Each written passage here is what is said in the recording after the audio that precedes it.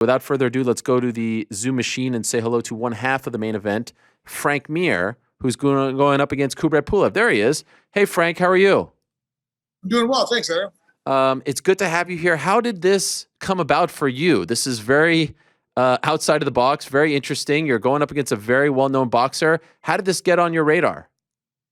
Well, you know, the last part of my career, I've been really pushing to try different things and really push the striking aspect of my my martial arts training. And not that I always tell people I got the Michael Vick curse every time I fight an MMA fight.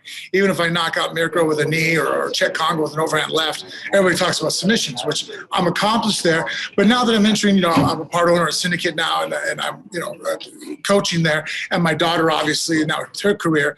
I wanted to push and showcase that I'm skilled in all aspects of MMA. In fact, in my opinion, I'm the most, knowledgeable MMA fighter that there is in the world. And so I just wanted to showcase that also my striking skills were also very knowledgeable. I knew I was going. So I jumped into the boxing match with Steve Cunningham, and I thought I made a good showing of my, boxing range there.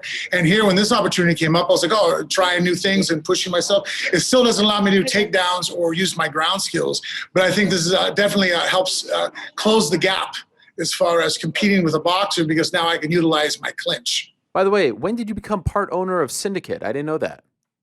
Just after my last fight, me and John talked and hung out. And, hey, look, I'm 42. I'm starting to go that well with it, and I wanted to be more part of the company or the gym. And so he and I get along extremely well. So I just teaming up, and hopefully here in a couple of years, my goal is to hit coaches of the year, so we can have our team up there. I love it. And so you'll be coaching the pros there as well.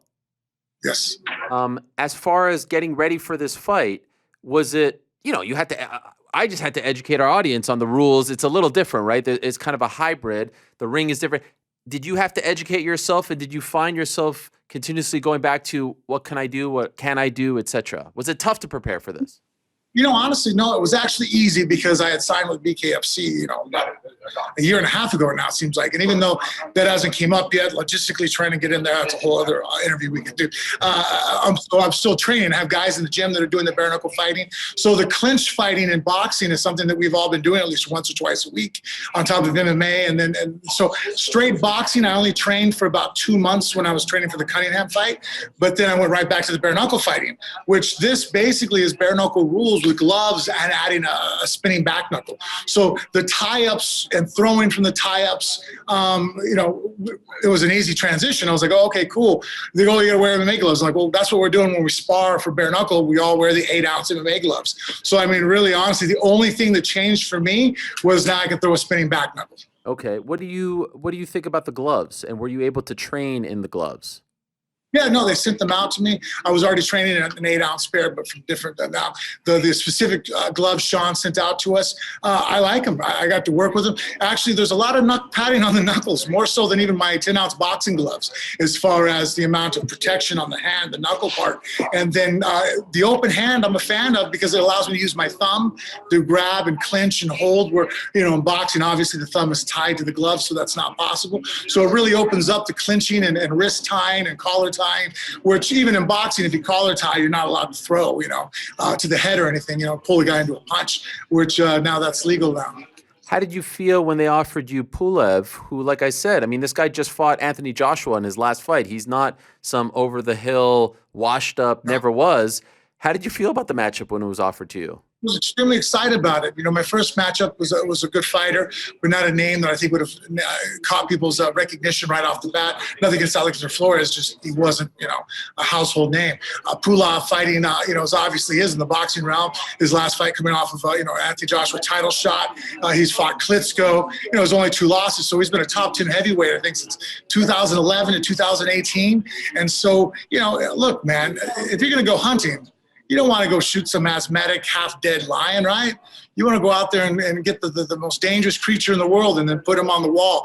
And that's, if you look at my career, that's how I've always been. In my MMA career, I look for the biggest game possible to go out there to test myself against and push myself. I don't want to strategically pick matches that, oh, that's an easy win and pad my record, because no one cares if you're 30-0 and you haven't fought anybody. So I have a who's who laundry list of who I fought. And I don't plan on changing that anytime soon. So Pulev is a very dangerous fighter, a legitimate hard-hitting heavyweight at long range. But obviously, do I see openings that I can take advantage of? Of course. Speaking of your MMA career, distinguished MMA career, decorated career. Are you done with MMA? No, not at all. I mean, obviously, I really like what Triller's doing. This catches on. I'll probably do more fights here. But obviously, MMA fights don't interfere with the Triller fights. So if, look, I want to compete as many times as I can before I'm done. Retirement's the rest of my life, man. You know, and I love to compete. I think a lot of people love to compete. I was just at the Jiu-Jitsu Con. There was thousands of people there competing that paid for their hotel rooms, took time off from work, paid an entrance fee to go compete, and made no money for it, So I think more people understand how I feel, that I love competition. It's what allows me to train and what allows to keep me pushing. And it's my identity. That's who I am. That's why I get up in the morning. How I brush my teeth on one foot. I'm balancing. I'm just obsessed. True or false? This is the biggest payday of your career. True. Wow, that kind of blows my mind, if I'm being honest. You fought Brock Lesnar at UFC 100. You fought some of the biggest names. This is the biggest payday. Saturday night Triad Combat. Yeah. By a significant amount? Not significant. The second Brock fight was close, but that was the second biggest of my career. But no, this one, in fact, if I hit my bonuses and I win, I'm basically touching on seven figures, and I've never been within a couple $100,000 of that in MMA world. Does that blow your mind that at your age you're able to pull in these numbers? Yes, sometimes it's very humbling to know that I'm still able to, headline a card, and obviously my fight with Cunningham, I think I made a really good statement. I think that really pushed me in a position to be here, that I represented MMA extremely well.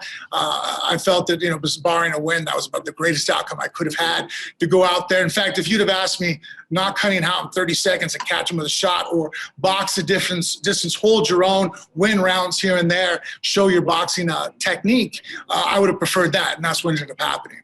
And so, humbling they could get there, but also, too, I think that's a testament to what Triller's doing, pushing the paydays and sharing the income. I mean, I realized this a couple of years ago, and this was kind of bittersweet for me. I looked at the amount of pay-per-view buys that Deontay Wilder and Tyson Fury sold and what they took home for paydays. Me and Brock sold more pay-per-views. Wow. And I didn't take one home nowhere near as much as either one of them. Wow. I think Brock and I combined didn't take 10% of what they took. And correct me if I'm wrong, you didn't even get pay-per-view points for 100, right? Yes, I did. You did? I did. But not for the first fight? No, not for the first fight. At that time, my contract was only if you are the champion defending the belt. And at that time, I was the interim champ. Gotcha. I last spoke to you before your daughter, Bella, was going to make her debut. She has since made her debut, and she's looked very good in fighting. And I know now she is, she's killing it in the grappling world and the wrestling world, but it looks like we have something special on our hands here. Could you tell me, as a father, what is it like seeing your daughter compete?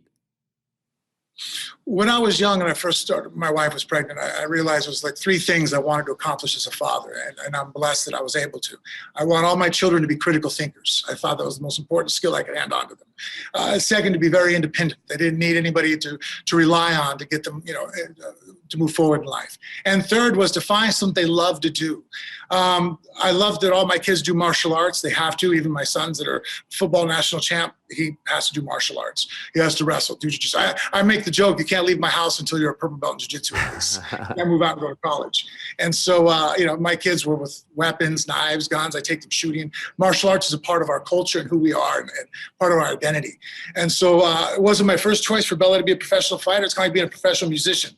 It's great that you play an instrument, but if you're telling me you're going to, skip your day job and not push your career so that you can go ahead and try to make money in the music world, I'm going to tell you there's a lot of luck involved. And anybody in the entertainment world that tells you otherwise is being disingenuous. There's a lot of people that, you could do everything right, and you have to do everything right that's within your control, but there's elements that aren't in your control, as far as, the other guy not, being able to make fights, not being sick, injuries. Hey, shaking the right hand at the right time to get opportunities like I have here with Triller. Malky's Kawa's relationship with Triller is something that's benefited me greatly to come in here. You see me and Mike Perry on the card. And so, all those factors come up. That's what makes me nervous about her being a fighter, is that at times, there's things that are not within your control. But Bella's special. I mean, she just did a PI, Dana, welcome with open arms, and she's in there training. She tested higher than any other bantamweight when it came to strength and speed. Wow. And she's 18. She's the strongest girl on the UFC roster as far as power and explosion. Her endurance is incredible. Bella is the most mentally tough human being I've ever, and I've been a professional fighter, world champion. I'm in the gym with people all the time. She's different. She's everything that was that I needed to work on. And so she saw me pushing those things, and she came out the gate at the level that I've pushed myself to. So I don't know what she's going to be in 5 years besides heavyweight champion, bantamweight champion. Right. It's an amazing thing. In fact, I remember when we last spoke, it seemed to me, I don't know if I could say like it bothered you, but you had told me you hadn't talked to Dana in quite some time. And then I saw the photo of her with Dana at his office. And so that warmed my heart. So I would imagine you were there as well. You guys good now?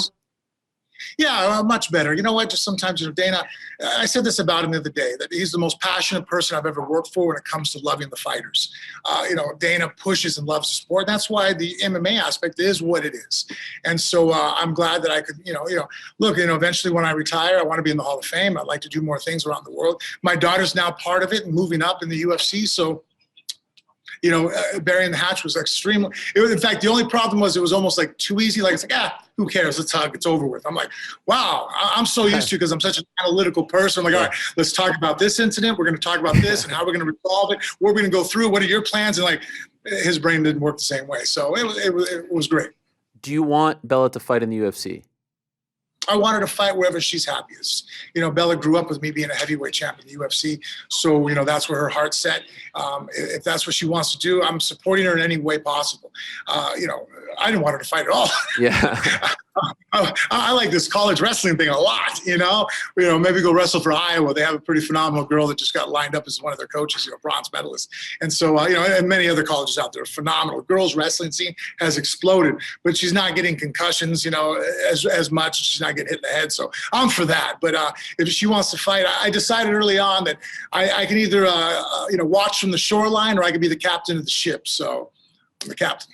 So it's fascinating because, like, if I'm PFL, if I'm Bellator, I'm signing her today. She's a big name, the daughter of a legend, and saying, like, hey, we'll pay you something. You work your way up, but we want to be there when you're ready. We want to secure your services now. Have big promotions. UFC doesn't technically do this all the time, but if I'm those guys, I'm doing this yesterday. Have you had talks with those guys? We've had some great conversations with PFL, and that's one thing good about my conversation with Dana. He's like, look, his exact words were, time's on your side. He goes, go to the other leagues, go fight. Why would you want to be in the UFC right now and jump in the deep waters of MMA? There's a lot of talent out there too that you can go face and fight and get your experience and test things out, and run around. And so, he's a big proponent of that. And so that wasn't going to be any conflict of interest. I mean, it came out of his own mouth. He's like, yeah, go ahead and do what you want to do. Go out there and sign. Right now we're fighting for Icon. We were trying to get a fight December 9th, but it didn't work out with the commission and Icon getting those dates set. So now they're talking about maybe Florida, January 21st. Only problem is that I think that's right before or after her last state tournament, and wrestling will beat out at this point, because she's only a senior once. Sure. She's in high school. So I don't want, MMA's, look, I'm 42 and I'm still fighting. That's right. The rest of, much longer career, but, going to prom and homecoming. I still want her to be a kid, even though my daughter is very much of an adult now. I'm trying to be like, hey, let's slow down. There's certain experiences we're never going to get back. But your senior year at state, becoming, a state champion from 8th grade all the way on, like, we're never going to get a second shot at that. So let's go ahead and still take advantage of that stuff. I can't imagine what it must have felt like to see her sign an autograph. I saw a picture that you posted of her signing a UFC glove. You were taking a picture. Yeah. I think I saw a picture of you taking the picture. Well, what is that like for you, man? That must be, I remember your daughter coming to the open workouts when you're fighting like in Memphis, UFC 107. That must blow your mind. Yeah, it does, I'm glad first and foremost, I get to spend a lot of time with my kids that a lot of fathers would kill for. When we're walking around the gym, we all lift weights, all the kids we lift and we hang out together. My son Cage, who's 16 now, my youngest is Ronan, who's 12. Like, my wife makes fun of me. It's like a bear with his 3 cubs, and I'm walking around the gym lifting, Lifetime, where we do our weight training. And then obviously I train with Bella at Syndicate and take her and go to wrestling practices. And so, I get to be very much part of their life. So watching Bella sign a thing and knowing that the legacy is going on and moving, and it just, the thing though, again, that I'm happiest about she's happy. I didn't force this on her. If anybody's watching thinking, oh, Mir pushed his kid into fighting, I'm like, couldn't be farther from the truth. I gave her softball. I was like, let's do this, let's do that, anything, She loves it, and so if she loves it and she's happy, I'm happy. Are the boys going to do it too? They love to train it, but right now they love football. And, Bella loves football too, but obviously, gender-wise, it's not as easy of the opportunities are a lot less there. So they're being very successful at football right now. And so, they have to train martial arts as part of their curriculum. Like other kids have to, they have to do math, they have to learn how to read. They got to do martial arts. And then football is what they love and they're passionate in. But my sons, they train with us. They still my youngest is more into jiu-jitsu. My middle son's more into wrestling. And he's starting to really like boxing a lot. So I'm like, if you want to work on it, we can work on it. As far as street fighting, it's grappling is where it's at. But, defending yourself in the dorm. But as far as if you enjoy this, it only adds to your skill level. Especially for football players. It seems like boxing helps them. For sure. Will Bella corner you on Saturday? Yep. Not only is Bella corner me, John Wood, my partner in the syndicate there, he's the head cornerman. Isabella's there, and then my son Cage also gets the opportunity now to corner me. Wow, that's the corner right there, John Wood and your two kids. I love it. Yep. That is amazing. How do you feel about family affair? The Mir's doing beautiful. What a way to celebrate Thanksgiving, right? Yes. Triangular cage or ring, excuse me, the triangle. Like, how do you prepare for that? Well, one thing we didn't do is I didn't spar a lot in a boxing ring this time. I sparred in the cage so that we could practice straight lines. And then what we did was I got the measurements from Ricky over at First Round Management. It's 26 by 26 by 26, which was funny. We were kind of sitting there trying to figure out the angles of the corner to make sure it lined up. But we were able to. Only took 3 grown men about 10 minutes to figure out how to do it. So we taped it off, roped it off, and basically we used it for footwork. But as far as you get there's not a lot of room. You think in the middle there is. But cutting people off and being the aggressor, this really leads to making that easier, which, look, that's what Triller's doing a phenomenal job about doing this card, is that it leads to aggression. Toe in the line type mentality, starting off early, and having small, shorter rounds. That all leads to more aggressive fighters. Hell, I wish MMA we would switch to 2-minute rounds, and just make it 10 rounds. More rest, and guys, you'll see more explosion, more power, and you'll see guys doing a better job. And the 2-minute round, I'm a huge fan of, because no one's sitting there feeling each other out. You just don't have time for it. You're going to go in there, and there is some reading and analyzing, but it's go. You're going to go out there and fight and be violent. And I think that's what fans like. No one's going to sit there, Mayweather's knock on his career, even though he's the greatest defensive boxer of all time. Sometimes, he makes world champions look silly, but he's not sometimes the easiest ticket sell as far as people being entertained. Fight fans are entertained by it, but you bring somebody who hasn't really been familiar with boxing, they're like, oh, this is kind of boring. So aggression, violence, that leads to fanfare, and I think that the triangle, the 2-minute rounds, really accentuates and pushes that aspect. Last thing, and that's a great point. I can't recall the last time Frank Mir was a plus 750 underdog. How do you win on Saturday? Oh, I just make it everything but a boxing match. It's too close to the fight to really worry about letting the cat out of the bag. But behind every punch, he's not going to throw combos. Every punch, I'm grabbing him afterwards. And then I'm going to work the clinch and just drag on him and really push his grappling cardio, which he doesn't have to the experience that I do. It's different. You can ask anybody who's fought MMA. The first time you wrestled with somebody, stood up, and then you had to throw punches again, it's a different feeling.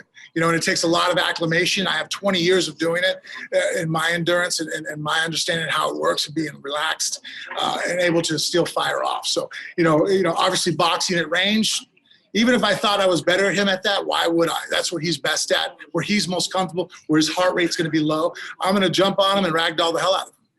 I'm intrigued. I can't wait to watch. Frank, best of luck to you. Thanks for coming on. Congrats on the success of not only your daughter, but all your kids, your whole family. It's great to see you still out there doing your thing. And good luck, of course, on Saturday night.